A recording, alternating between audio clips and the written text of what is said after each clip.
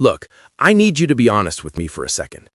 When you see your car payment come out of your account every month, $547, $683, maybe even $892, do you ever just stop and think, how did I agree to this? Because here's the thing, if you're nodding your head right now, you are not alone. And what's happening in America right now with car loans is so much worse than you think. We're not just talking about a few people falling behind on payments. We're talking about the highest level of auto loan delinquencies in American history. Higher than 2008, higher than the financial crisis, higher than it's ever been. And the really scary part? It's not just affecting the people you'd expect. I'm Alex, and on this channel, we talk about money, personal finance, and the economy in ways that actually make sense. And today, we need to talk about something that could impact you even if you don't have a car loan. Because what's happening in the auto lending industry right now is a masterclass in how financial institutions convince regular people to make catastrophically bad decisions and then profit from it when everything falls apart. Here's what most people don't realize. Car repossessions hit a 14-year high in 2024. We've already passed that peak this year, and we still have months to go. But this isn't just some abstract economic problem. This is about millions of Americans who are about to lose their transportation, their jobs, and their financial stability. And the worst part? The system is designed to make this happen. So let's break down exactly how we got here, why it's getting worse, and most importantly, what you can do about it. Now, you might be thinking, okay, Nick, people are falling behind on car payments. That's not exactly shocking news in this economy. And you're right. But here's where it gets really interesting. This isn't happening because cars are getting more expensive, though they are. And it's not just because interest rates went up, though they did. This is happening because the entire car financing industry has spent the last decade engineering increasingly creative ways to get you into a car you cannot afford. And I mean that literally. Let me give you a real example. Right now, today, there are lenders offering 144-month car loans. That's 12 years. 12 years to pay off a car. And these aren't just for luxury vehicles. We're talking about regular people taking out 12-year loans on Chevy Silverados and Honda Accords. But wait, it gets worse. These lenders will loan you up to 120% of the car's value. So let's do the math on what this actually looks like in practice. Say you have a car you owe $40,000 on, but it's only worth $30,000. You're $10,000 underwater. In the old days, you'd have to come up with that $10,000 in cash to get out of the loan. Today, you can trade in that car, put $0 down, and the dealership will write you a $60,000 loan to buy a $50,000 car. You're immediately $10,000 underwater on your new car before you even drive it off the lot. And here's the kicker. You're going to be paying this off for the next 12 years at an interest rate that would make a credit card company blush. I'm talking 12%, 15%, sometimes over 20% interest on a depreciating asset. Now, here's what most people don't realize about how we got here. This didn't happen overnight. This was a gradual psychological shift in how Americans think about car ownership. 20 years ago, the standard car loan was 5 years. 5 years was what everyone did. You'd put down 10, 20%, finance the rest, and in 5 years, you'd own your car free and clear. And you know what? Most people actually paid off their cars. Today, 7-year loans are more common than 5-year loans. And the average person is trading in their car after just 3.5 years. Let me say that again. The average loan is now 7 years, but people are trading in after 3.5 years. Do you see the problem here? You're not even halfway through paying off your car before you're rolling that debt into a new loan. It's like paying the minimum payment on your credit card forever. You're paying almost entirely interest, making virtually no progress on the principal. But here's the thing, and this is where the psychology gets really dark. The dealerships know this. The lenders know this. They're counting on it. Because every time you trade in that car and roll your negative equity into a new loan, they get to charge you fees, they get to write a new loan with a big commission, and they get to securitize that debt and sell it to investors. Look, the dealership isn't really in the business of selling cars anymore. They're in the business of writing loans. The cars are just the bait to get you in the door. Now, you might be wondering, if this has been building for years, why is it exploding right now? Great question. And the answer takes us back to 2021. Remember 2021? Used car prices went absolutely insane. Supply chains were disrupted, people had stimulus money burning holes in their pockets, and suddenly, a used Toyota Tacoma was selling for $30,000 over sticker price. I mean, used cars were appreciating. It was madness. And here's what happened.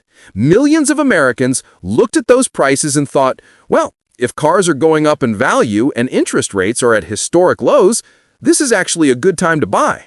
So they took out massive loans at the peak of the market. Fast forward to today, those cars have depreciated hard. According to Edmunds, the average amount of negative equity in cars and trucks just hit an all-time high. People who bought cars in 2021 are now $8,000, $10,000, sometimes $15,000 underwater. And here's the really scary part. 1 in 4 cars being traded in today is underwater. 25%. That means when people go to trade in their car, they don't have equity to use as a down payment on the next one. They have debt that gets rolled into the new loan. This is especially brutal for people who bought electric vehicles. EVs were getting huge premiums 4 years ago, but now battery degradation concerns, charging infrastructure problems, and the rise of plug-in hybrids means those EVs have lost value faster than almost any other vehicle category. Some people are $20,000 or more underwater on their Teslas. Now, here's where this story takes a turn that surprised even me.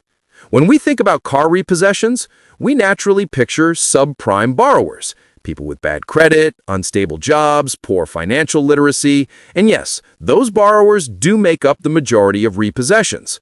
But that's not what's changing. Subprime default rates are basically back to where they were before the pandemic. It's not good, but it's predictably not good. That's why subprime loans have interest rates of 15, 20, sometimes over 25% or more on a depreciating asset. The real story right now is what's happening to people with average or above average credit. Late payments among these groups have roughly doubled since before the pandemic. We're talking about people with credit scores of 700, 750, even 800 who are suddenly missing car payments. And here's what's wild. A recent Goldman Sachs report found that 40% of households earning more than $500,000 a year are living paycheck to paycheck. $500,000 a year, and they can't cover an unexpected expense. The top reasons? Lifestyle inflation, living in expensive cities, and cars. Yeah. When your neighbor has a Range Rover and your colleague just leased a Porsche Cayenne, suddenly your perfectly fine Honda Pilot feels inadequate. So you go out and get an $80,000 BMW X5 with a $1,200 monthly payment that you absolutely cannot afford. Now you might be thinking, Nick, this is insane. Why are lenders approving these loans if they know people can't afford them? Great question. And this is where it gets really interesting. See, when a dealership writes you a car loan, they're usually not the ones actually lending you the money. They work with third-party lenders who pay them a commission for bringing in the business. And here's the key. The longer the loan term, the bigger the commission. Then those lenders take your loan, bundle it up with thousands of other car loans, and sell it as a security to investors. It's called securitization, and if that sounds familiar, it's because it's the same thing that caused the housing crisis in 2008. So the dealer gets paid up front, the lender gets paid when they sell the security, and everyone makes money long before you've made your first payment. They have zero incentive to care whether you can actually afford this car. And here's the really dark part. The longer the loan, the more interest you pay over the lifetime of the loan. A $40,000 car loan at 8% interest over 5 years costs you about $8,500 in interest. That same loan over 12 years? Over $20,000 in interest. But the paperwork costs basically the same, whether it's a 5-year loan or a 12-year loan. So from the lender's perspective, why not make the loan as long as possible? More interest, same amount of work. Look, I'm not trying to sound like some conspiracy theorist here, but you need to understand the system is working exactly as designed. It's designed to get you into the most expensive car with the longest loan term at the highest interest rate you'll accept. That's the game. All right, so we've established that the car financing industry is basically a trap designed to keep you in debt forever. What do you actually do about it? First, and I cannot stress this enough, if you're currently in a terrible car loan, stop thinking about trading up. I know your car might have 100,000 miles on it. I know the check engine light might be on. I know your friends are all driving nicer cars. None of that matters. If you're underwater on your loan, the worst thing you can possibly do is trade in that car and roll the debt into a new loan. Here's the thing. Every month you keep that car, you're making progress on paying down the principal. Slow progress maybe, but progress. The moment you trade it in and roll that negative equity into a new loan, you're starting from scratch, except now you're even more underwater than before. Second, if you're thinking about buying a car right now, I need you to completely ignore the monthly payment. Dealerships have trained us to think in terms of monthly payments because they can manipulate that number to make anything seem affordable. Oh, you want to keep it under $500 a month? No problem, we'll just extend the loan to 84 months. Instead, focus on 3 numbers: the total price of the car, the interest rate, and the total interest you'll pay over the life of the loan. Calculate what that car is actually costing you. A $40,000 car at 8% over 7 years isn't a $40,000 purchase. It's a $52,000 purchase. That's $12,000 you're just handing to the bank for the privilege of not waiting to buy the car. Third, and this is going to hurt, you probably need to buy less car than you think you deserve. I know that sounds harsh, but here's the reality. The car you can afford based on monthly payments and the car you can actually afford are 2 very different things. A good rule of thumb: your total car payment, including insurance and maintenance, should not exceed 15% of your take-home pay. If you're bringing home $5,000 a month, that's $750 total for your car. If your payment is $600, you've only got $150 for insurance and maintenance. That doesn't leave much room for error. And here's what nobody wants to hear. If you can't afford to put down at least 10% and finance the car for no more than 5 years, you cannot afford that car. Full stop. I don't care if the dealership will approve you for it. I don't care if your neighbor just bought one. You cannot afford it. Now here's the thing that really frustrates me about this whole situation. We've created a society where having a car is basically mandatory for most people to work and live. Public transportation in most American cities is either non-existent or completely inadequate. So people need cars. But instead of making cars affordable and car loans reasonable, we've turned the entire industry into a debt trap that profits off people's desperation.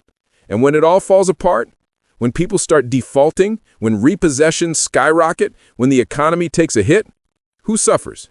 Not the dealerships, not the lenders, not the investors who bought the securitized debt. They all got paid years ago. It's the regular people who needed a car to get to work, who trusted that if a bank approved them for a loan, they must be able to afford it, who believed that a $650 monthly payment was just the cost of car ownership these days. And look, I'm not here to tell you that everyone who's in a bad car loan is a victim with no responsibility. We all need to be smarter about these decisions. We all need to do the math before we sign on the dotted line.